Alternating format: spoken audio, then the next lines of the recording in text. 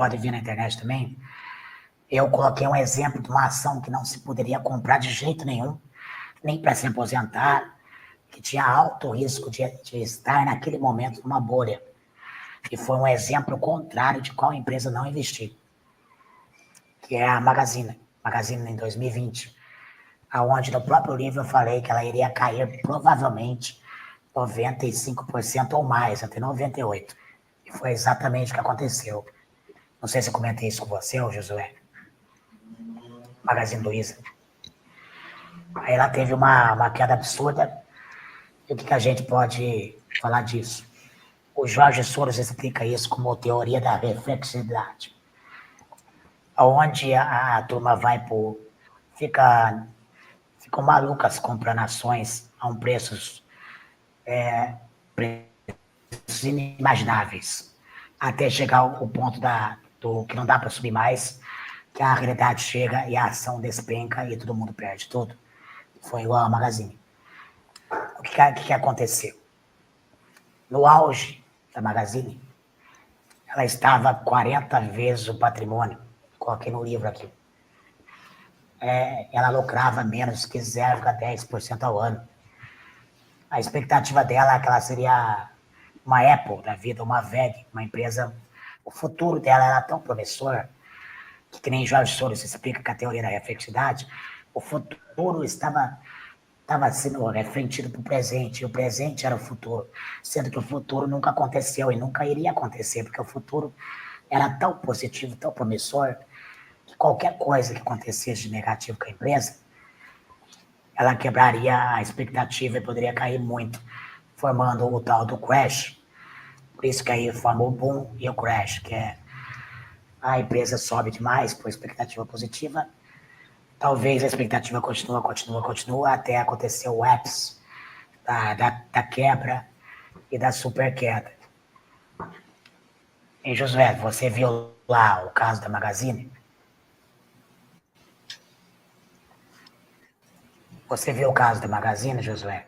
Em 2020, se não me engano, todas as notícias falavam que a Magazine era a melhor empresa do Brasil ou até do mundo em 2020, 21 e 20.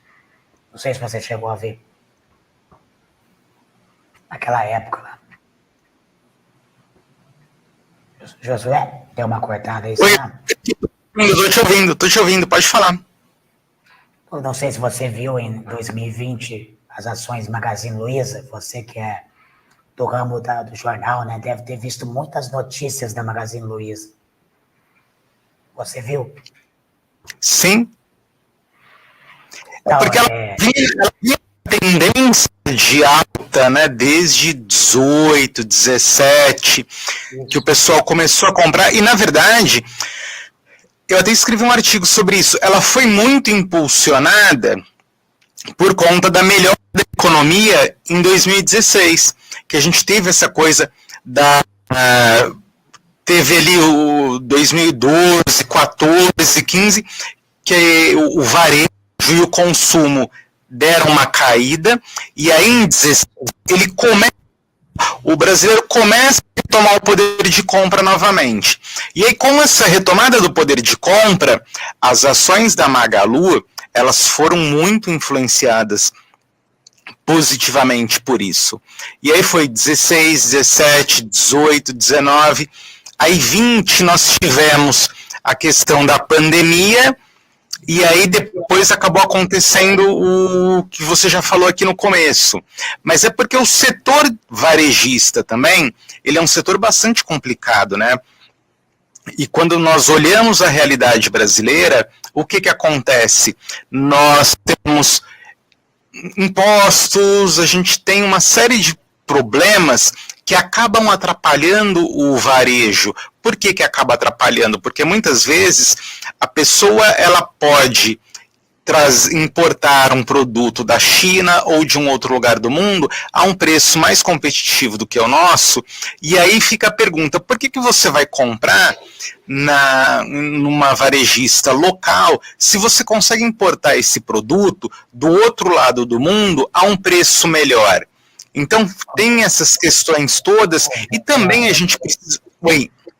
sei se você, naquela época, todas essas informações era possível saber, né, que a China Tá iria picotando, chegar. tá picotando. Vou falar de novo.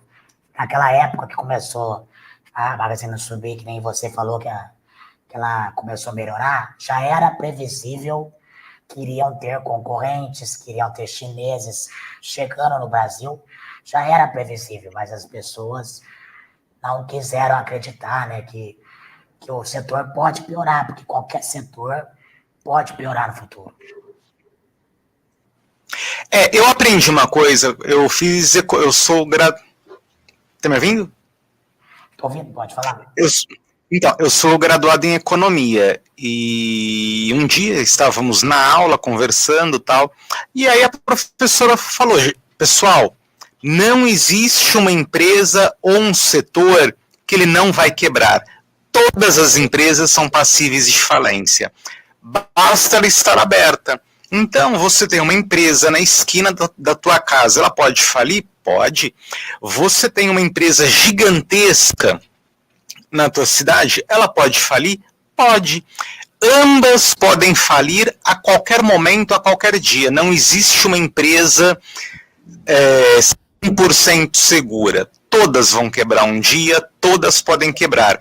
Então eu tenho essa coisa, né, essa ciência.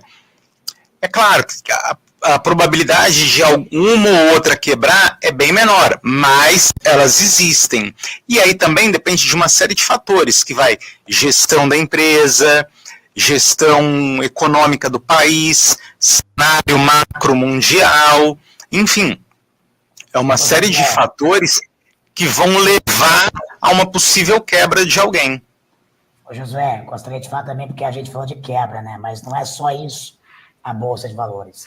Se você compra uma ação, várias ações, é claro que uma vai valorizar 1000%, que é o que tem na carteira do canal de 2019. No próprio livro, eu coloquei aqui em 2020, né? Que eu comprei Banco Mercantil, código BMB4.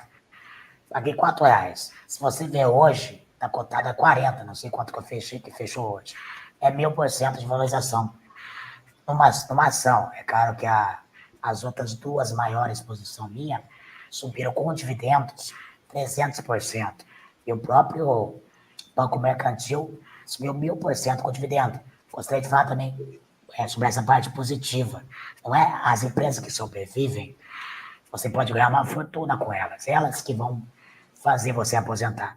As que quebram, você só precisa se diversificar com a carteira de aposentadoria com ações, sabendo que algumas vão quebrar, igual outras que quebraram.